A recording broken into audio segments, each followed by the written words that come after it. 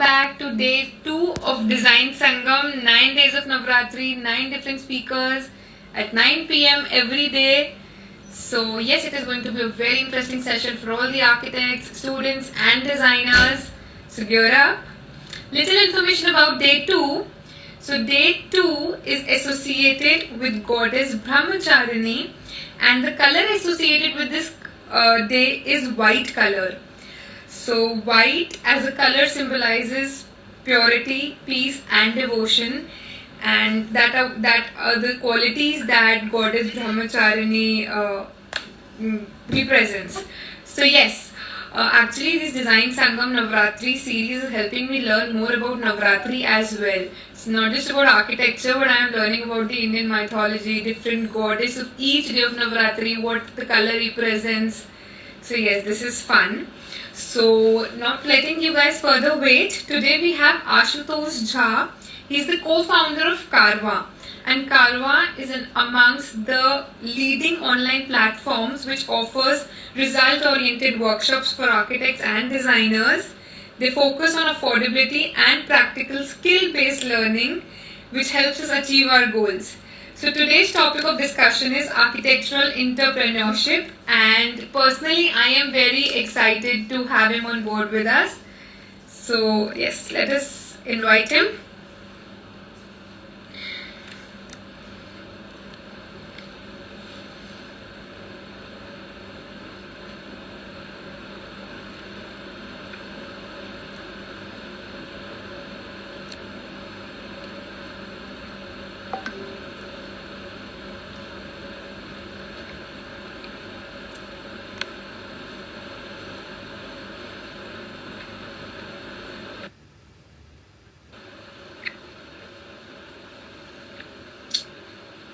I guess we're facing the same issue again.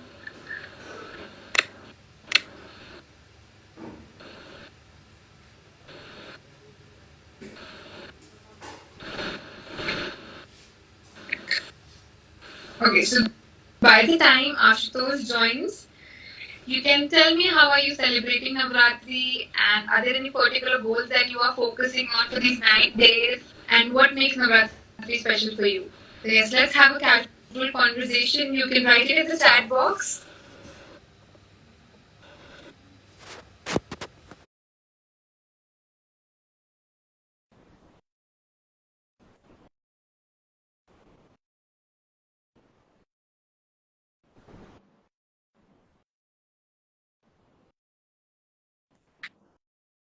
So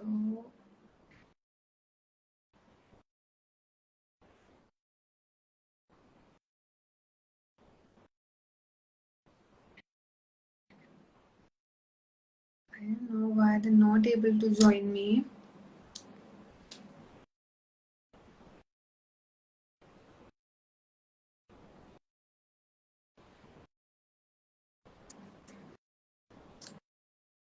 Hi Vasant, how are you?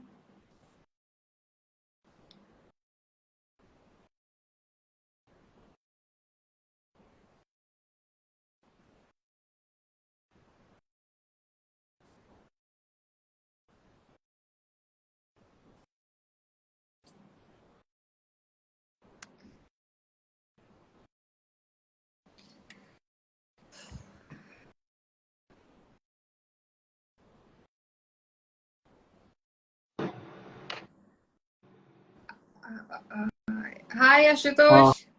Hi Bhavna, can you hear me? Finally, I have you on board. I don't know why are we facing these network issues with Instagram, or there's some Instagram glitch. So I have to actually log out and log in again. Then I saw the notification to join the live. okay. Yeah. So yes, I cannot, for some reason, I cannot see you. Just give me a second. Yeah.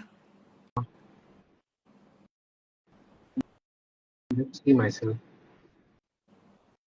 Okay. Anyway, uh, don't know what's happening. Am I audible? Am I visible? Yes, you're visible. You're audible. Everything goes fine. So we can get started. Just that I cannot see you, but yeah, it's okay. We can move forward. So okay. So before we start, we have a very small question from the audience. it is just completed architecture, and the next big question is what to do. So,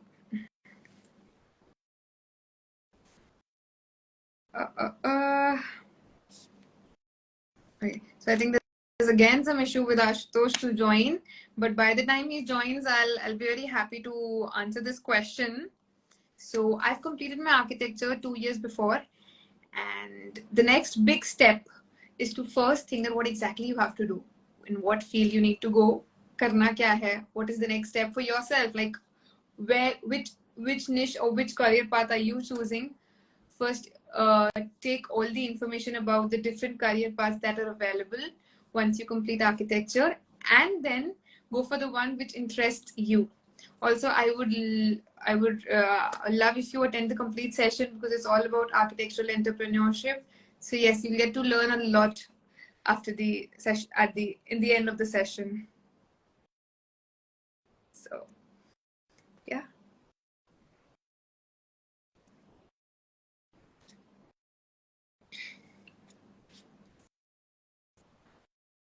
Hi ma'am, good evening. Happy Navratri, Anil.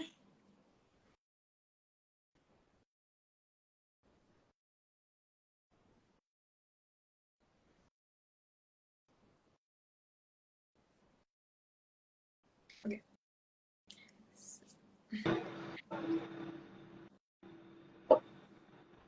Are you back? Yes, now I can hear you again.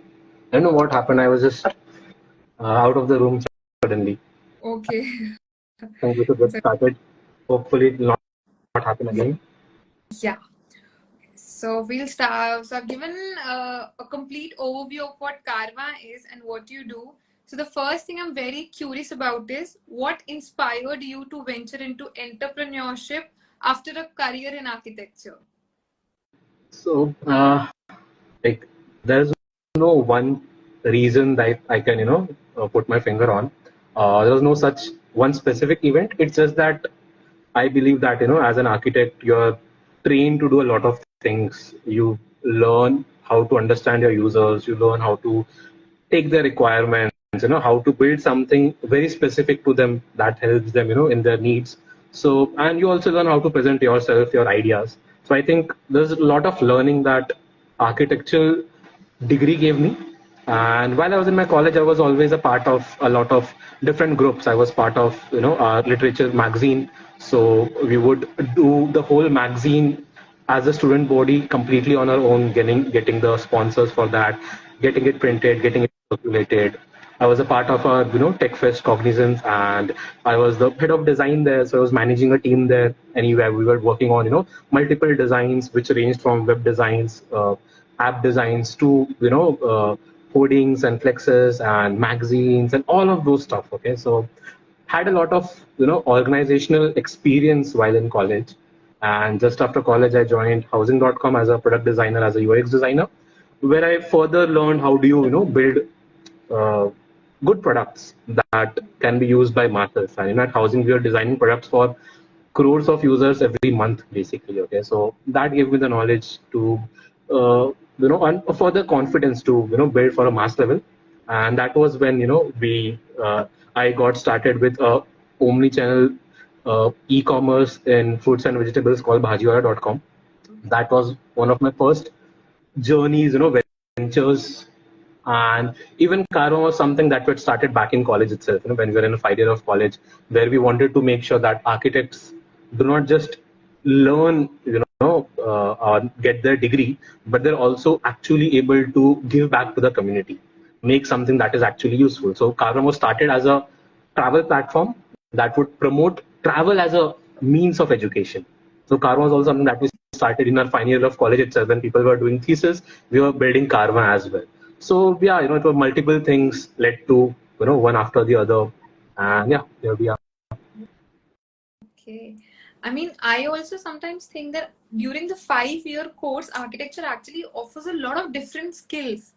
I mean, we learn the software, we learn communication, we learn, dealing with people. So there's a lot of different values that architecture degree gives us. It's not just one. So, what, according to you, the background in architecture influenced your entrepreneurship journey? So the question is that what specific skill is that Yeah, you're what asking? specific skill that you learned in your architecture school to start with Karuma? So I think one of them would be being able to, build up on your own idea, build something from scratch, and then being able to present it to people, convince them of that. That I believe is one of the most important skills that I learned in my architectural degree. That you cater to users, you design for them, you build for them. So, and you start from scratch and you convince your jurors, you convince your internal, external jurors, everyone. Okay. So that I believe is one of the most important things that you can ideate from scratch and able to, go to design something at very, very, till an execution level. And you present that, you tell that to people, you convince them for that. So I believe that is one of the most important skills I got out of architecture. So, do you think that marketing skills comes free with the architecture degree? Not We're always marketing. exactly, I would not call it marketing skills because, as a profession also, we are barred from marketing ourselves as architects. So we do not market ourselves as much, and the time when I was in college, so even social media was not that prominent, which people use to market themselves. But yeah, sales is something that I would say, comes free from the architecture degree. You learn how to sell your product. Yeah, And yeah, actually, how to persuade the point, even if there's something wrong in the design. Yes, this is correct. how it has to be done. So I think that comes free with the architecture college. That's Correct. something. Yeah. So, and also, is there any defining moment that led you to pursue this specific path that you chose? Yes, there actually was. It was the pandemic. So before the pandemic, we were doing pretty well. We were like it was accidental to us. Our team has gone through a lot of highs and lows, and like they put in a lot of efforts. Okay, so one such defining time was the pandemic for us because pre-pandemic we were an architectural travel platform. We were teaching people through traveling by meeting people face to face by going to different parts of our country, neighboring countries, and learning how people build sustainable communities there. That was what we were doing pre-pandemic, and we were doing pretty well. We were, growing and everything. We were conducting a lot of, study tours for architectural colleges, and our whole, 2020 was pretty packed and already planned. Even when the pandemic happened, like February, March, our team was half of, like we had students from Bangladesh traveling with us in India when the first lockdown was just going to get started. We had just come back from Sri Lanka, one of the batches. So we're traveling and, we were booking tickets for traveling to Middle East, for traveling to Bhutan, Sri Lanka, even after the pandemic happened. But no one knew that, it's going to be so long and it's going to be so cruel to, all the industries and to so many people. So that was when travel came to a standstill.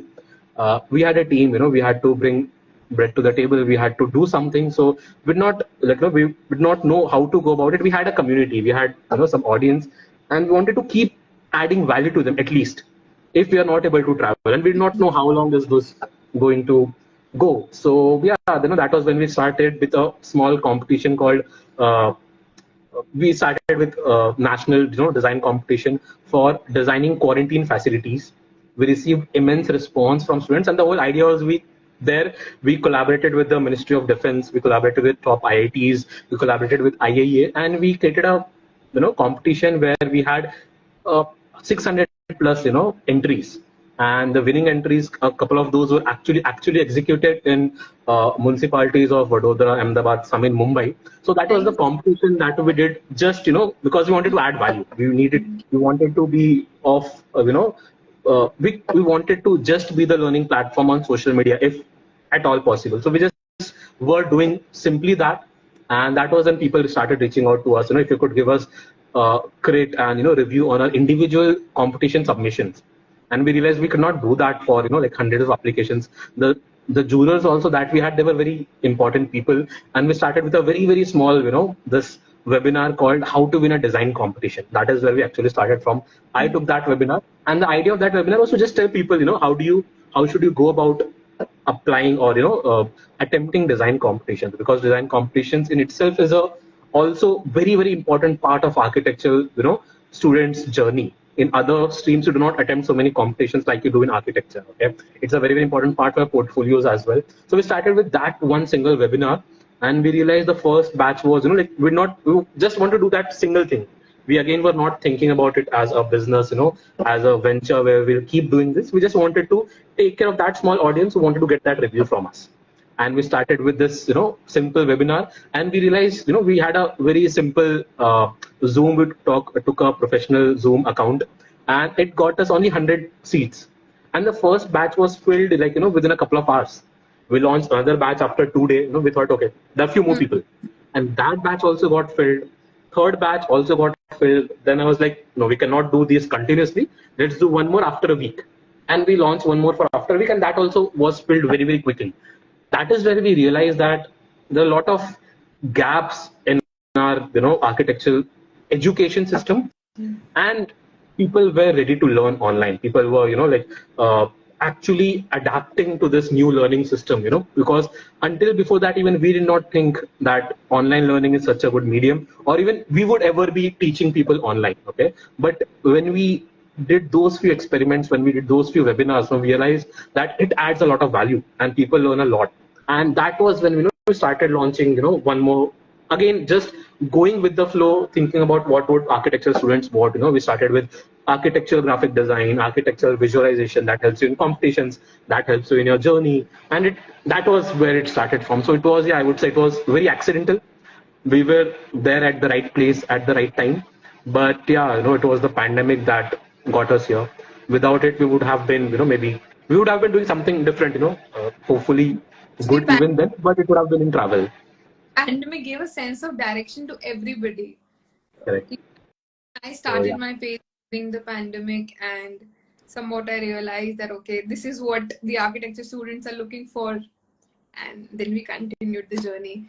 So yes, it's like it. So Karma, I would say that it was a boom, and it was a complete change of what you are doing, and it's amongst the leading platforms now.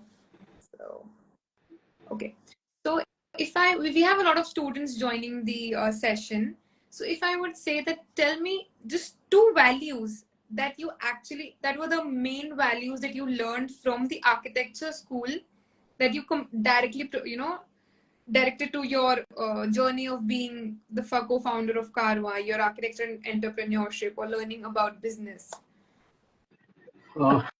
Slightly difficult question, to just pick up two values, or no, if I had to pick two things.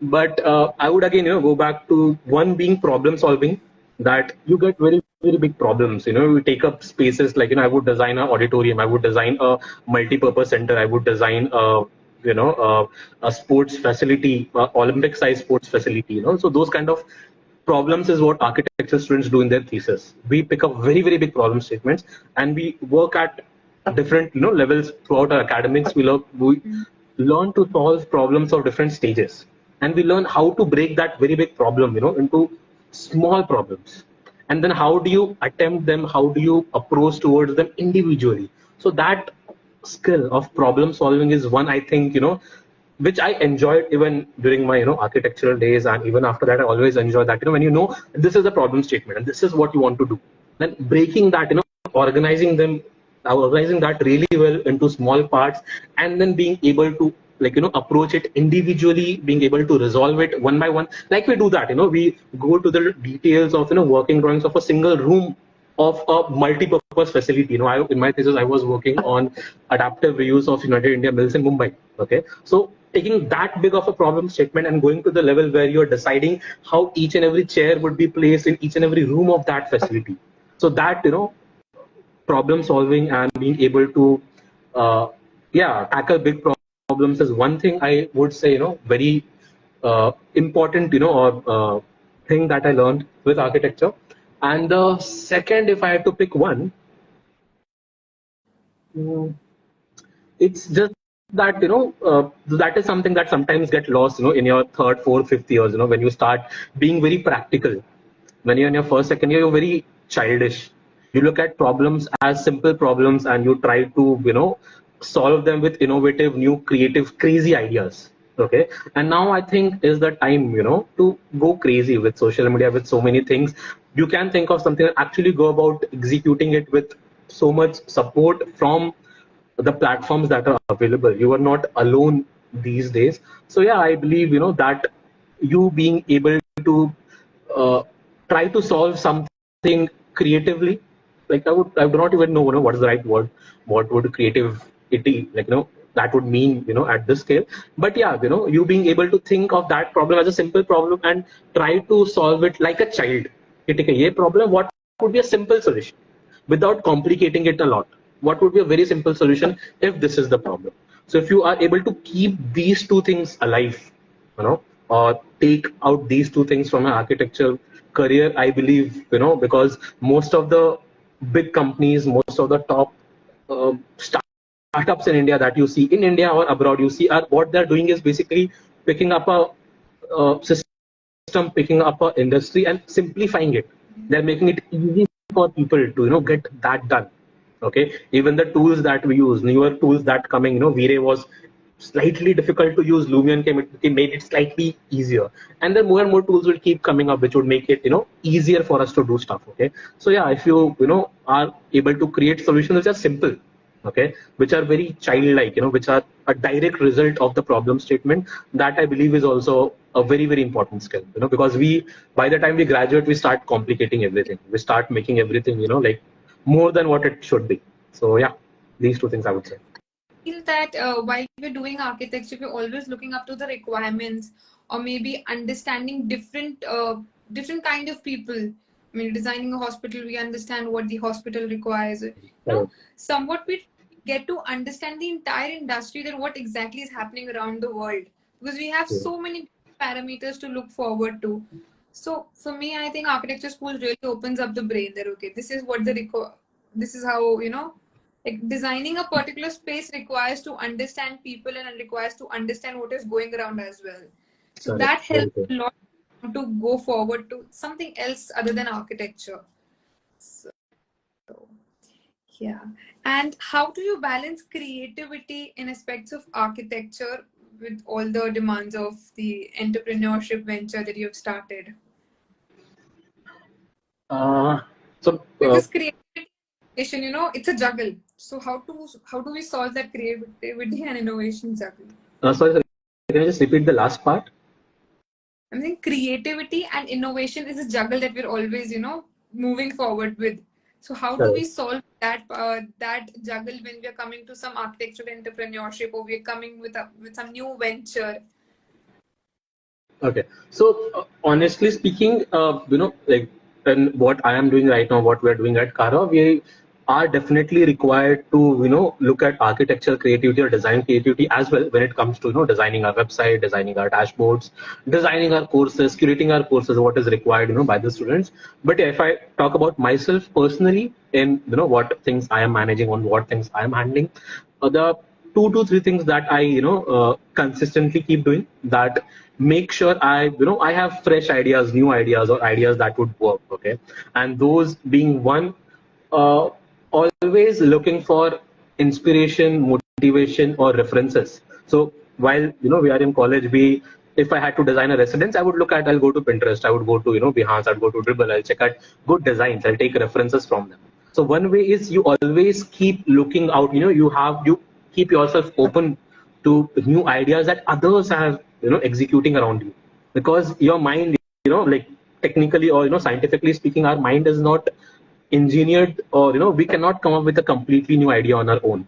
It's just a PNC of all the other things that you've seen around you. Everything, anything that your mind comes up with is always connected. It's just connecting dots between multiple other things that you've read, that you have seen, that you have experienced. Okay, so I would say keeping yourself open to these new experiences, looking at new designs, looking at new product ideas that people are launching, always being on a lookout for new ideas, and spending 10-15 minutes per day. If you're an architecture student, I would suggest spending 10-15 minutes every day looking at good architectural designs. Just do that, nothing else. Just look at good designs every day, 10-15 minutes. Believe me, when the time comes to design a hospital, your mind will already start throwing ideas at you. That is basically the point. Okay, Okay, one is that. Second one, I believe a lot in learning through reading. So this is something, we have so many, we are, moving at a very, very fast pace. We are trying to learn through so many mediums, through Instagram, through WhatsApp, through YouTube, through our college, through this and that. Okay. One thing that we have started, like missing out a bit is on reading. The way, we were actually trained as kids to start learning. Okay. We do that a lot through reading. Okay. And reading is something that you do at your own pace. You think, you get stuck on a thought, you think about it, left and right, and you form your own thoughts. And that is something, that you remember for a very, very long time. And I, like, definitely there are, fast ways to learning and everything, all of that. But yeah, if you want to make sure you keep coming up with, fresh new ideas, and you're creative, you're not stuck, your days are good, you seem fresh, spend half an hour, 1 hour reading. It could be reading anything. It could be reading, whatever types of books you like. But yeah, I think reading is something that basically refreshes our mind. And yeah, we try to learn from a lot of things, but they also make us a bit anxious, when it comes to, we see so much content basically, through social I media, through here and there. architect. So yeah, reading, I believe, would be the second thing. I feel when we get to architecture, we actually lose the habit of reading because we're Correct. all told to, visualize with the help of diagrams or maybe pictures. And that is what we have also started. Okay, that if you want to make somebody understand this, do it with a diagram. If you want to understand yourself, look at pictures. So I think as architects, we really lack this, the skill of reading. Correct. So, So yeah, I think, and again, I would not even say just academic reading or, something that you're there in your industry. Just read, keep that habit of reading where you read, a couple of books every month. Okay. And that is good enough. I would not even say this or that reading. Read anything, whatever you like.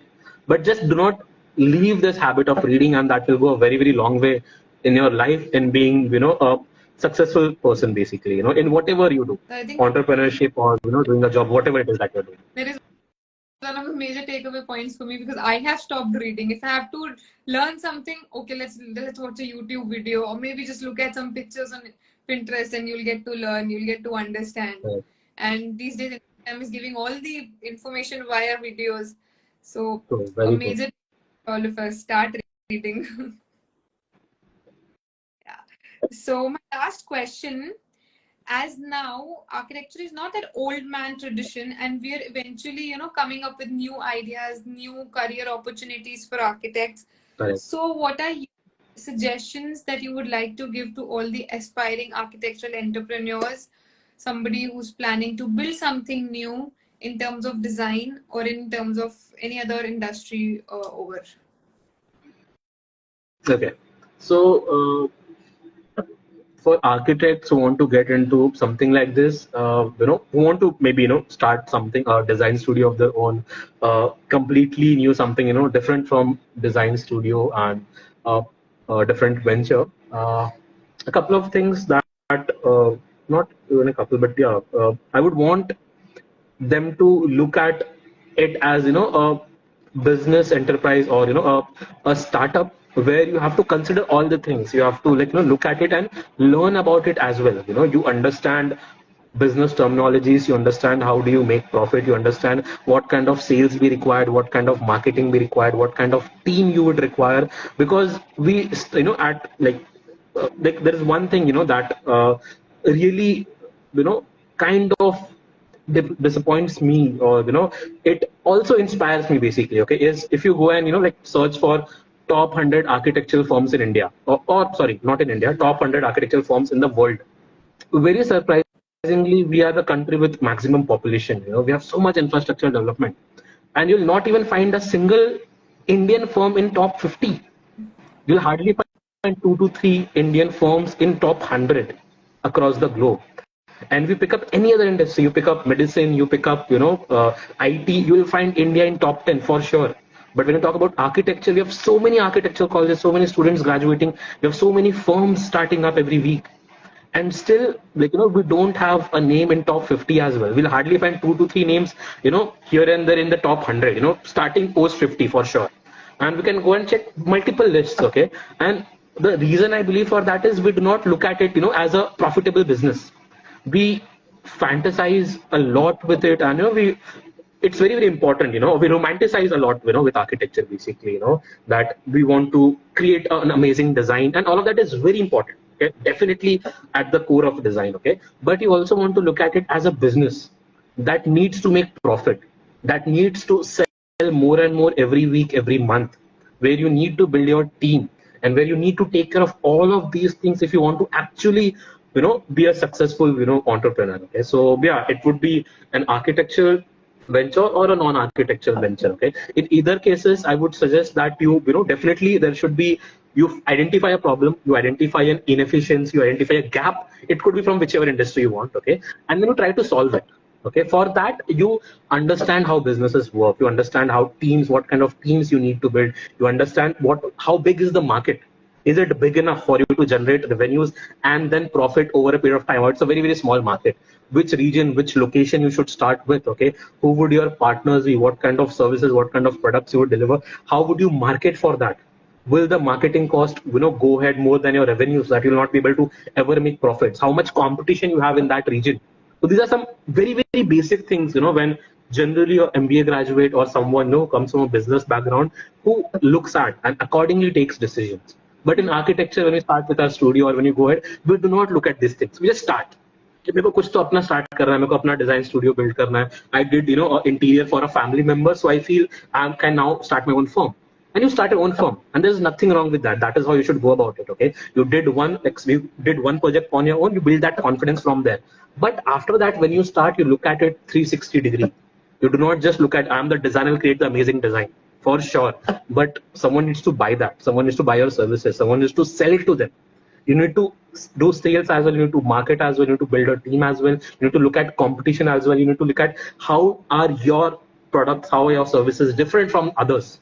So that business perspective, which you can learn through a course, through a degree, through just reading books, or through just like spending more time, making yourself understand what business are going through by working somewhere. That is also a possibility. But yeah, this is one thing I would suggest, that you look at it as a business and try to consider all aspects and try to not even upskill, but yeah, try to prepare yourself, prepare your approach, prepare your way you will go ahead with that in your mindset, rather than just I want to start something.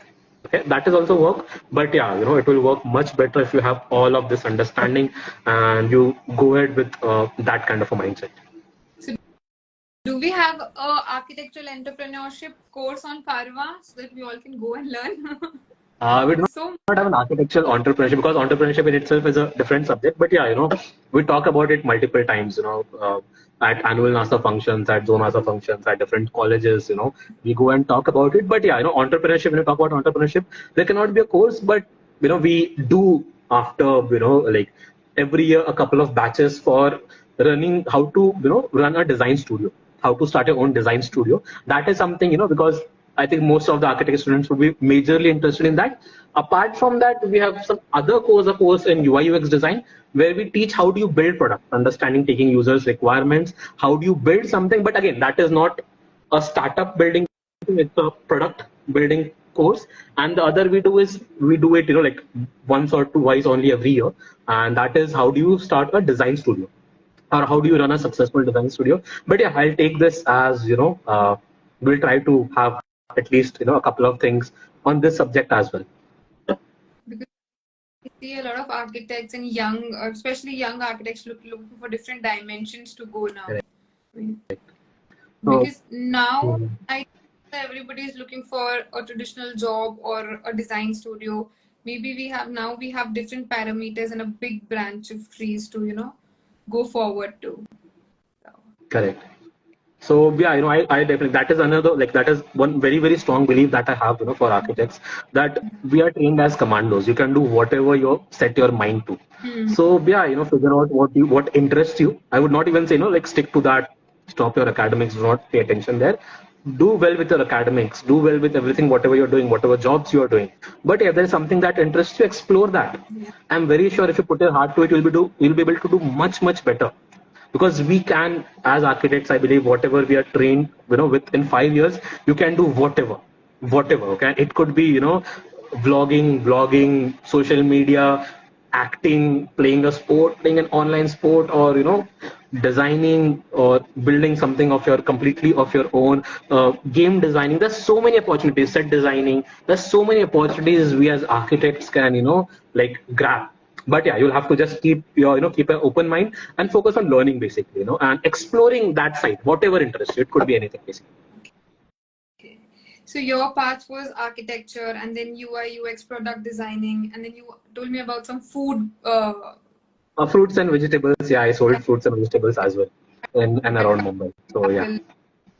And then it was the online platform. So Correct. just a scenario, if it wasn't this, what would be your other secret skill that would be a part of your career? Uh, if it was not this, I would have definitely been, designing products because I really enjoy that. So, I would definitely be designing digital products. Okay, it would be softwares, it would be apps. Okay, if I continued with that, or if I continued with architecture, then yeah, by now I am very sure I would have, spent my first few years working with multiple architects. I would have spent my time working with them while I upskill myself with required skills, and by now I would have, started something of my own, focusing a lot on marketing and finding the right audience and the right products. But yeah, I would have like uh, like I believe I would have done that. But yeah, no one knows. Uh, like As because you're not, because I never saw this happening for me even before the pandemic. We were running Karma, but on a completely, like, not a completely different direction, but yeah, approach was different. It was not this approach. Okay, we have started our travel as well again, over the past 1 year. But yeah, things happen which change your direction, change the way you look at things. I think travel was completely offline, the offline learning, and then now it is, the online platform. So very different directions that we moved forward to. Uh, It was a drastic change. I Yeah, think, that was very. I think like I personally learned a lot of things, and I hope the audience did so. yes. So If there are any questions on the chat, because yeah, even uh, I see them. So I'll just I could go through. If you not, have some I could questions, we'll not take them. pay attention. So, there anything from there I could, take up a couple of one or Yes. two of them. So we have the chat box open for questions. You can ask us. I'll just go to previous questions if you have something.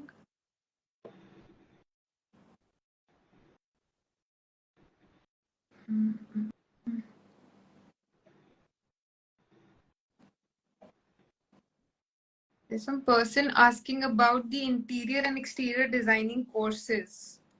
So Okay. So I would really request you to just DM Karma, and I'll have my team or myself will get back to you. I think that is Faisal. Yeah. So we'll try to get back to you with that for sure. Faisal. Just DM Karma and we'll get back to you.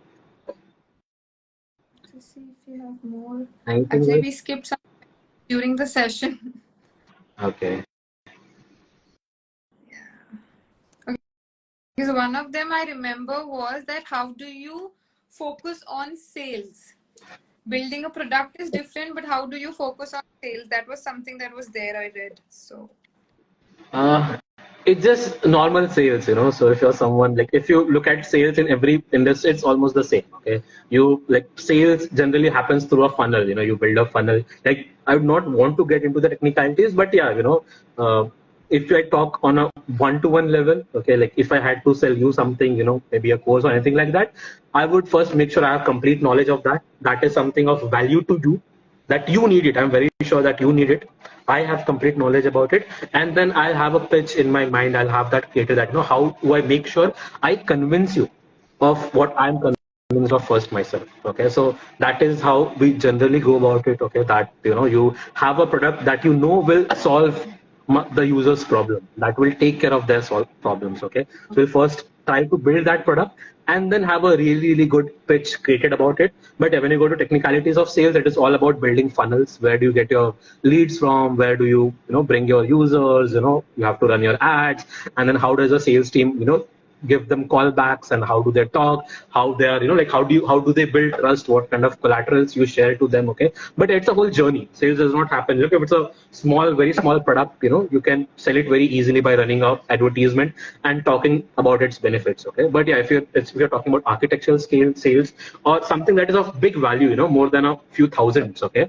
In that case, it's a complete journey. It does not happen, overnight or very, very quickly. It's a journey that you build. You will get your leads from some places, you'll buy them or you'll get it from online by showing your products. Then you nurture those leads, you talk to them, understand their requirements, try to come up with, certain brochures, certain collaterals that tells them that you are the right person. And then you try to show them that, what kind of services you will give. You try to build that trust.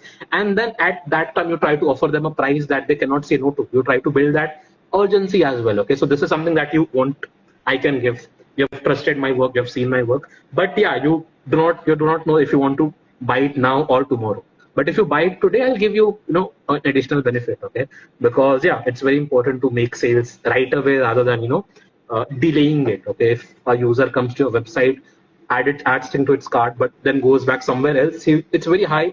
It's very difficult for him to come back and buy that product again. It's very important that once it has started, you try to wrap it up or you try to close it as soon as possible. But yeah, sales is uh, the bigger you grow, the more and more technicalities come into it, and you have to look at marketing, you have to look at your sales team, your funnel, how is your team trained, how does your team go about their pitching and everything. So yeah. Okay, so we have a very fun question. What's your opinion on architects always wearing formal clothes? What's your opinion on architects wearing formal clothes? Yeah. I really like that. When I see architects wearing formal clothes, I really appreciate that. They definitely stand out for me. So in office, I've definitely seen, but yeah, apart from that, when I see architects, wearing formal clothes, yeah, I like it. So Oh. I would, if you ask me personally, I do not wear a lot of formal clothes because, yeah, we do not have that kind of a work setting. But yeah, the days when I do it, I feel, really good. I feel very confident, when I think, I have dressed well. So yes, sometimes you should do. And if you're someone who's doing it on a daily basis, I'm very sure you'll feel much more confident. Okay. So dressing up is something, that builds that confidence, that feels you good, makes you feel good about yourself. Okay. So yeah, if it could be that reason, that's why Barney always said that, suit up. So yeah. Okay, so ending on a lighter note, what are your plans for Navratri? How are you celebrating Navratri? Uh, Nothing major for me, actually. We have things happening at home, but apart from that, I plan to go to one of the Garba or Dandiya nights around somewhere in Mumbai, in this week. So I'm just trying to figure out which evening would it be. Would it be tomorrow or would it be Friday or Saturday? So yeah, at least 1 or 2 nights playing Dandiya Garba. That would be for me. Apart from that, the usual things that happen at home. Okay, so how is Navratri in Mumbai? It's really good. We have a lot of Garba and Dandiya things happening. A lot of things happening locally, in different chawls and different societies, in malls, and then having a lot of official things also where you book your tickets on Bookmachine and everything. So you'll not find it as big as in Gujarat, I would say, or Ahmedabad, I would say, but still pretty big. If you go to societies, every society, every good society in Mumbai would be playing Dandiya right now. Would be playing, in the society that my parents live, my dad organizes that, and he has been doing that for years. Okay, and every society, every chawl that I've lived in Mumbai have had that. So it's really fun.